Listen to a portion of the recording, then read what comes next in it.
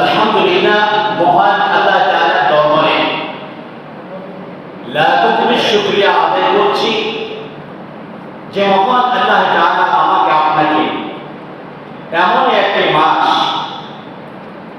যে মাসে বিশ্ব নবী, দয়ার নবী, মায়ের নবী, রহমাতুল লিল আলামিনের আগমন হয়েছে। যেমন আনন্দের বিষয় তেমন বেদনাদায়কের বিষয়, কারণ নবীজি এই মাসে আগমন করলেন, আবার এই মাসেই চলে গেলেন। যেমন খুশির বিষয় তেমন বেদনারও বিষয়।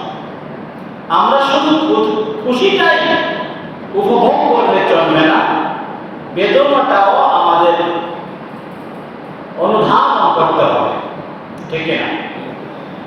তা মহান রব্বুল আলামিন আমাকে আপনাকে এমন একটি মাস, পবিত্র মাহে রবিউল আউয়াল মাস, এই মাসে নবীর আগমনের যে সময়টা বলা হয়েছে 12 রবিউল আউয়াল। কত রবিউল আউয়াল?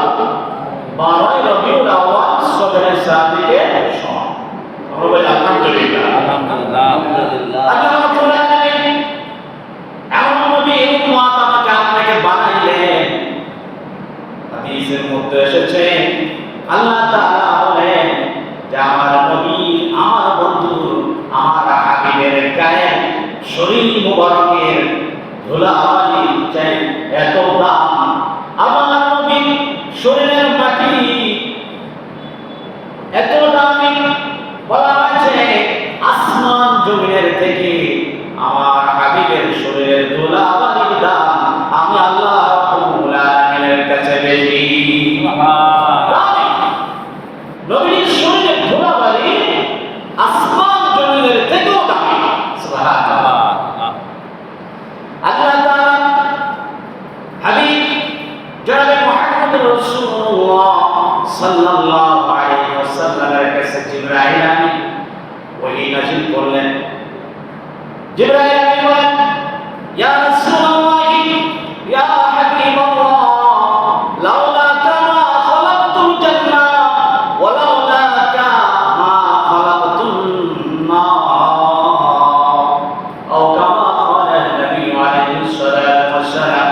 আল্লাহ নবী বলেন, জিবরাইল আমিন আমার কাছে আসলেন। নবীজি কি বললেন? জিবরাইল আমিন আমার কাছে আসলেন, আয়েশা আমাকে সালাম দিলেন, লাব্বাইকা ইয়া রাসূলুল্লাহ। আমাকে সালাম দিয়ে জিবরাইল আমিন বললেন, ইয়া রাসূলুল্লাহ, ইয়া হাবিবাল্লাহ, লাউলাকা মা খালাকতুল জান্নাহ ওয়া লাউলাকা মা খালাকতুন নার। ইয়া রাসূলুল্লাহ, ইয়া হাবিবাল্লাহ, আল্লাহ তাআলা বলেছেন, নবীজি, আল্লাহ তাআলা যদি আপনাকে না বানাইতেন, আল্লাহ তাআলা যদি আপনাকে না সৃষ্টি করতেন, আল্লাহ রাব্বুল আলামিন জান্নাত বানাইতেন না। সুবহানাল্লাহ। ওয়ালাউলাকা মা খালাকতুন নার। জিবরাইল বলে, ইয়া রাসূলুল্লাহ, ইয়া হাবিবাল্লাহ, আল্লাহ পাক যদি আপনাকে না বানাইতেন, আপনাকে যদি না সৃষ্টি করতেন, আল্লাহ তাআলা জাহান্নামও বানাইতেন না। সুবহানাল্লাহ। শুধু তাই না, আল্লাহ নবী বলেন, আল্লাহ তাআলা যদি আমারে না বানাইতো, আদম থেকে শুরু করে কোন সৃষ্টি জগৎ আল্লাহ তাআলা বানাইতেন না। সুবহানাল্লাহ। নবী এত দামি, নবী যদি দুনিয়ায় না আসতেন, তাহলে আল্লাহ তাআলা আসমান, জমিন, চন্দ্র, সূর্য, সাগর, সৈকত, জান্নাত, জাহান্নাম আল্লাহ তাআলা কিছুই বানাইতেন না। বলেন সুবহানাল্লাহ। আমরা এমন নবীর উম্মত হয়েছি, শুকরিয়া আদায় করা দরকার আছে কিনা? শুকরিয়া আদায় করে শেষ করা যাবে কি? যাবে না। আল্লাহ নবী এত দাম আল্লাহ তাআলা করেছেন, নবীজি আগমন করলেন। নবীজির আগমনে বলা হচ্ছে আকাশের চাঁদ হেলে দুলে আল্লাহ নবীকে স্বাগত জানায়, চন্দ্র সূর্যগুলো, নক্ষত্রগুলো, তারকারাজিগুলো মনে হয় যেন উপরে ছুটে নবীজির কাছে দৌড়ায় আসা আনন্দ ঢেউ ফেলে। নবীজি শিশুরাই বলা হয়েছে মা হালিমাতুস সাদিয়া রাদিয়াল্লাহু তাআলা আনহা, মা হালিমাতুস সাদিয়া রাদিয়াল্লাহু তাআলা আনহা নবীজিকে কোলে নিয়ে উঠে পিঠে উঠলেন, পিছনে নবীজিকে নিয়ে বসলেন। ঘোড়া সামনে আগায় না, ঘোড়া জমিনে শুয়ে পড়ে। কেন?